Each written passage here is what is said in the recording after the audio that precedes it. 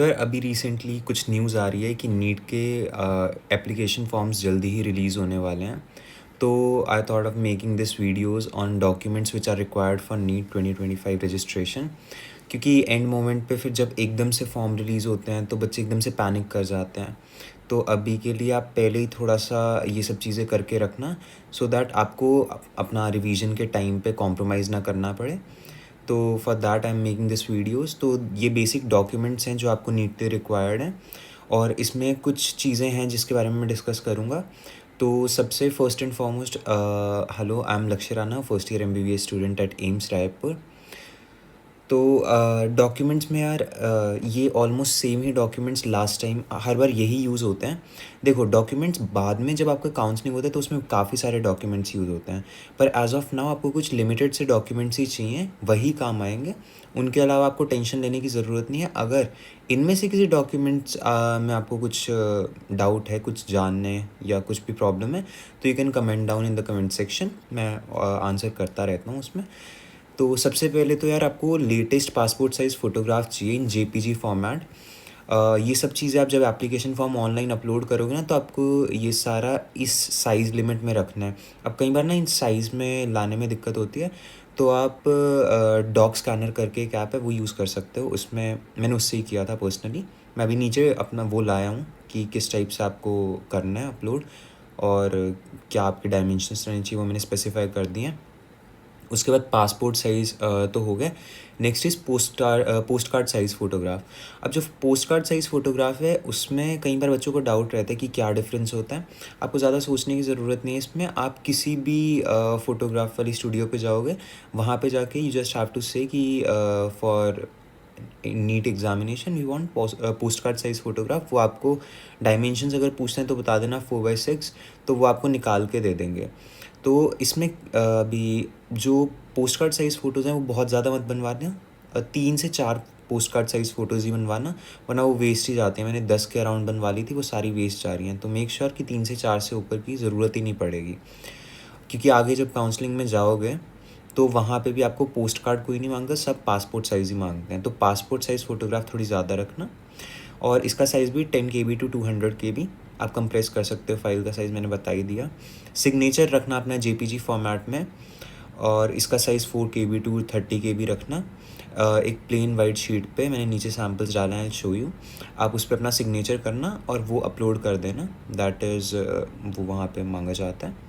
उसके बाद right and left hand finger and thumb impression, मतलब जैसे पूरा हाथ है तो आपको इसको, मतलब वो जो इंक पैड होता है उस पर लगा के एक प्लेन वाइट पेपर पे you have to get the impressions. तो दोनों हाथों का वो चाहिए।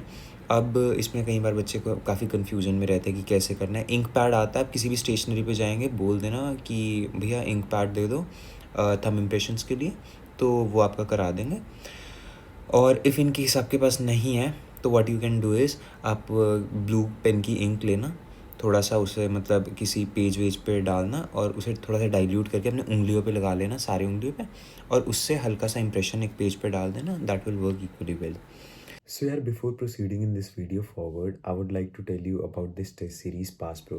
तो पास प्रो एक टेस्ट सीरीज़ है जिसमें आपको 90+ चैप्टर वाइज मॉक टेस्ट मिलते हैं, +10 आपको फुल सिलेबस मॉक टेस्ट मिलते हैं with 9 previous year papers and assess to multiple notes and other resources. और ये टेस्ट सीरीज़ से आपको, देखो यार, सिर्फ पढ़ने से तो कुछ नहीं होता, आपको साथ साथ टेस्ट सीरीज़ की भी उतनी ही ज़्यादा इंपॉर्टेंस होती है। तो टेस्ट सीरीज़ के लिए आई वुड रिकमेंड कि आप ये ट्राई कर सकते हो, क्योंकि मैंने इसके क्वेश्चंस खुद रिव्यू किए तो काफ़ी NCERT बेस्ड क्वेश्चंस हैं, और यहाँ पे ऑनलाइन टेस्ट सीरीज़ में आपको बहुत सारे बच्चे कॉम्पीट करेंगे, तो आपको एक रफ़ एस्टिमेट मिलेगा कि आप कहाँ पे स्टैंड करते हो। आपको ऑल इंडिया रैंकिंग मिलेगी, आपको हर एक टेस्ट का डिटेल्ड सॉल्यूशन मिलेगा। In case you guys are planning to buy test series, then you can surely go for test pro. 2000 years later.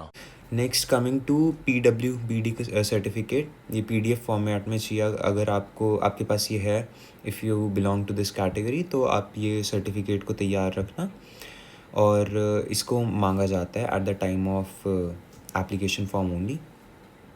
उसके बाद क्लास 10th और 12th का पासिंग सर्टिफिकेट। अब इसमें पासिंग सर्टिफिकेट में कई बार बच्चे कंफ्यूज हो जाते हैं। जो आपकी मार्कशीट आई होगी ना 10th 12th की, फॉर सीबीएसई वही पासिंग सर्टिफिकेट होता है। कुछ और बोर्ड्स होते हैं आईसीएसई वगैरह, I am not very sure, पर जितना मुझे पता है उनमें passing certificate is different from marksheet, तो वो उसके लिए लिख देते हैं पासिंग सर्टिफिकेट। यहाँ पे स्लैश मार्कशीट भी आप डाल सकते हो, दोनों में से कुछ भी चलेगा जो भी आपके पास प्रेजेंट है। सीबीएसई वालों को तो अपनी मार्कशीट शीट ही डाल देनी है। Now next coming to Aadhaar card. अभी रिसेंटली काफ़ी वो चल रहा था, वो APAAR ID and all that stuff, वो कंपल्शन नहीं है। Aadhaar card is the compulsion. Aadhaar card अपना अपडेटेड रखना, उसमें अगर फ़ोटो वोटो चेंज कराने तो करा लेना, वो आइडेंटिफिकेशन के लिए इट्स इंपॉर्टेंट। और ये काम अभी करा लेना फ़ोटोग्राफ में, या अगर आपको डेट ऑफ बर्थ या और किसी भी चीज़ में दिक्कत है तो वो सब अभी करा के रख लेना, क्योंकि आधार कार्ड में they are very specific about that. वो एक ही चीज़ है जो एनटीए थोड़ा ज़्यादा सीरियसली उसको वो रखता है। बाकी उसके बाद पेरेंटल इन्फॉर्मेशन, पेरेंट्स की जो भी इन्फॉर्मेशंस हैं काफ़ी सारी पूछी जाती हैं कि सैलरी वैलरी, वो सब तो आप लिख ही देना, उसमें कुछ दिक्कत नहीं है, वो तो बेसिक है। उसके बाद कास्ट सर्टिफिकेट डिटेल्स। अच्छा, कास्ट सर्टिफिकेट से फॉर एग्जांपल आप ईडब्ल्यूएस हैं, ओबीसी, एनसीएल हैं, व्हाट्सएवर, तो उसका जो कास्ट सर्टिफिकेट है वो अभी एप्लीकेशन फॉर्म में अपलोड करने को नहीं बोलेंगे।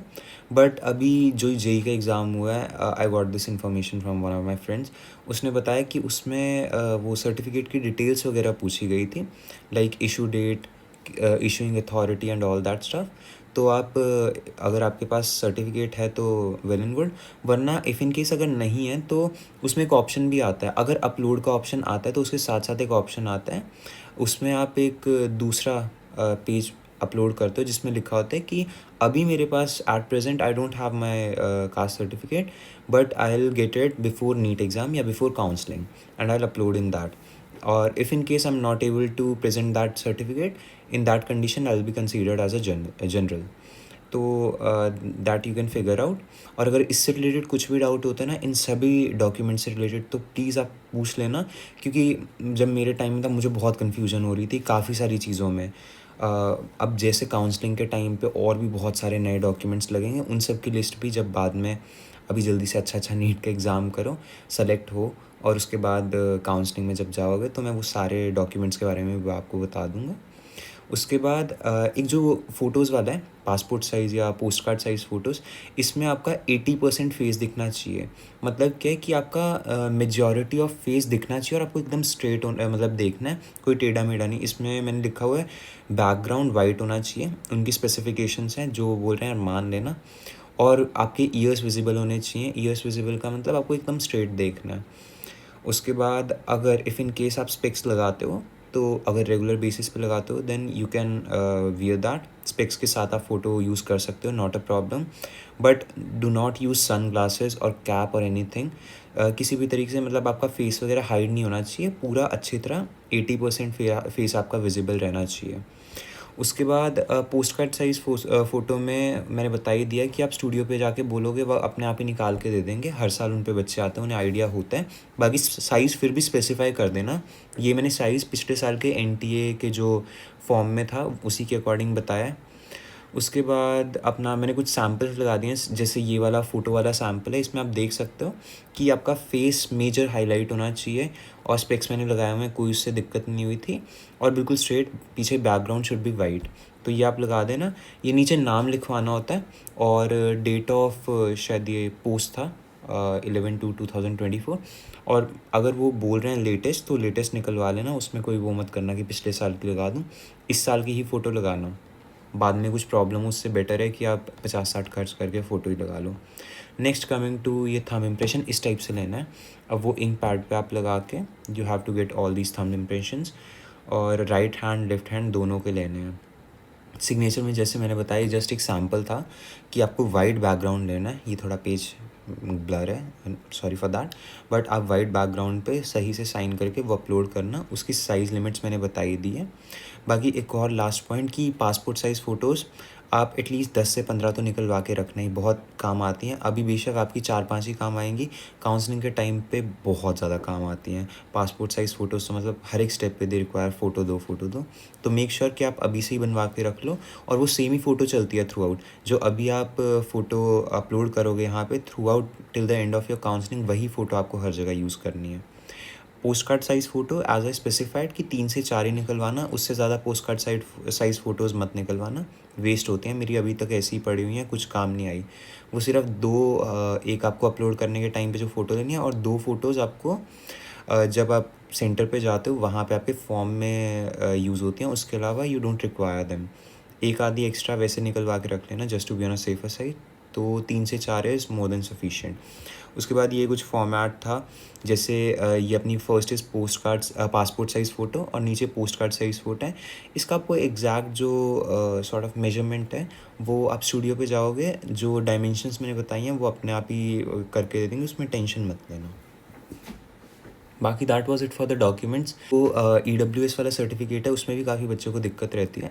तो EWS certificate, if in case you are eligible for that, तो उसमें अभी नीट के एग्ज़ाम में सेंट्रल का EWS सर्टिफिकेट यूज़ होता है। मैंने इसके बारे में सर्च किया थोड़ा, और चैनल्स पे चेक किया, तो मुझे पता चला कि उसमें 2 सर्टिफिकेट्स होते हैं, एक सेंट्रल वाला होता है, एक स्टेट वाला।